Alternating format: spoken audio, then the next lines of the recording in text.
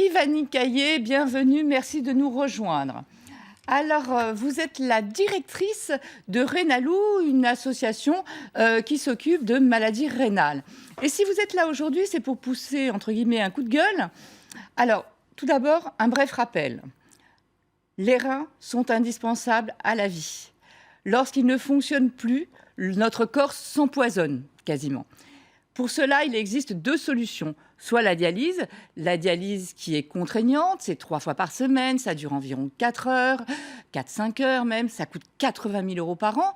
Et ensuite, la greffe de rein, qui est beaucoup moins contraignante, plus confortable, qui coûte environ 20 000 € par an, au-delà évidemment de l'année d'intervention. Mais pour que l'organisme puisse garder ce greffon, ce rein, cet organe étranger, qu'il ne considère justement pas comme un organe trop étranger, on va donner des médicaments que l'on appelle des anti-rejets. Et c'est justement là-dessus qu'il y a un problème. Racontez-nous. En effet, on a une difficulté depuis maintenant presque 3 ans, puisqu'il existe un nouveau médicament anti-rejet qui s'appelle le Belatacept, qui présente un certain nombre d'avantages par rapport aux molécules qui existent, ce qu'on appelle les comparateurs, les médicaments qui sont les plus utilisés en transplantation rénale. Et très récemment, il y a une étude qui vient de sortir dans le New England Journal of Medicine, donc une revue très prestigieuse, qui compare le Belatacept avec la cyclosporine, qui est une molécule très classique. Un médicament qui existe depuis 30 ans, Voilà, qui fait bien son boulot d'ailleurs. Tout à fait.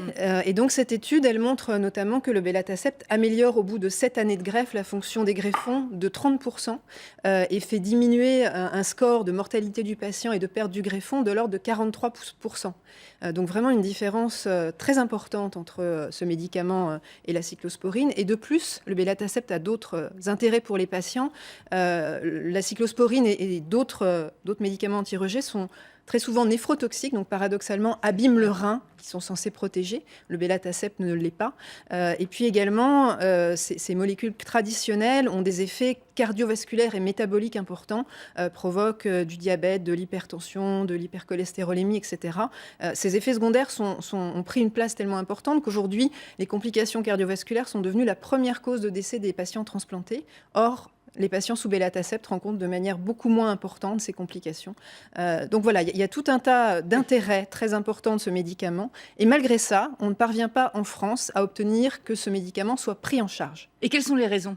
Alors, on ne les comprend pas très bien. La Haute Autorité de Santé, sa commission de transparence, ont examiné à plusieurs reprises déjà ce médicament. On trouvait qu'il proposait un service médical rendu très important, évidemment, mais que l'amélioration du service médical rendu par rapport aux comparateurs était faible. Une espérance de vie plus longue, beaucoup moins d'effets secondaires. Voilà, ça fait partie des choses que les patients ont un peu de mal à comprendre, puisque en effet, la différence, on estime aujourd'hui que le Belatacept permettrait de gagner environ 2 années de survie des greffons. C'est avec une greffe de rein. Que la survie moyenne d'un greffon, c'est à peu près 15 ans. Autour de 15 ans, voilà. Une greffe de rein, ça dure pas toute la vie, et il y a un moment où ça arrête de fonctionner. Alors, c'est des statistiques, hein, il y a des gens qui ont leur greffon depuis plus de 40 ans, mais en valeur médiane, c'est 15 années. Et là, on pourrait passer à 17 ans.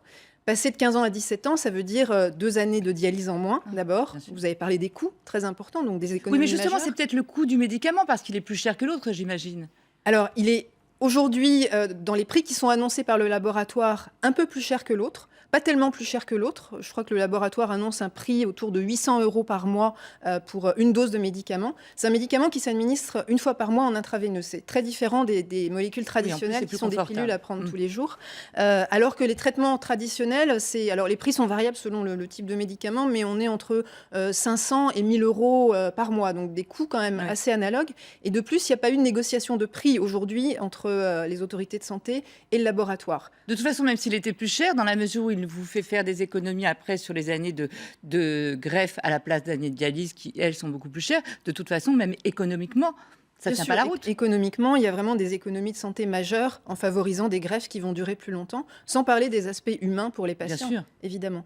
Donc on ne comprend pas bien. On trouve que cette situation, elle devient vraiment très inacceptable. Et on a demandé... Il n'y a qu'en France que ça se passe comme ça ? Alors, il n'y a pas qu'en France. Enfin, en France, on est très en retard, puisque ce médicament, il est d'ores et déjà remboursé dans plein de pays. Il est remboursé en Allemagne, dans tous les pays d'Europe du Nord, Norvège, Danemark, Suède, etc., en Suisse, en Autriche, et puis aux États-Unis. Et donc, voilà, la raison... Donc, vous avez écrit à Marisol Touraine qui avait dit qu'elle se bougerait, je crois. Alors, on a écrit tout récemment à Marisol Touraine. C'est une lettre qu'on a faite conjointement avec la Société savante de transplantation. Et on attend une réponse qui traîne un peu, qui tarde un peu. Et on espère en tout cas que la ministre va prendre ses responsabilités et faire cesser cette situation vraiment de perte de chance majeure pour les patients greffés. Vous nous tiendrez au courant des avancées ? Bien sûr. Merci à tous les trois. Merci à vous de nous avoir suivis. Restez avec nous. L'info continue sur LCI.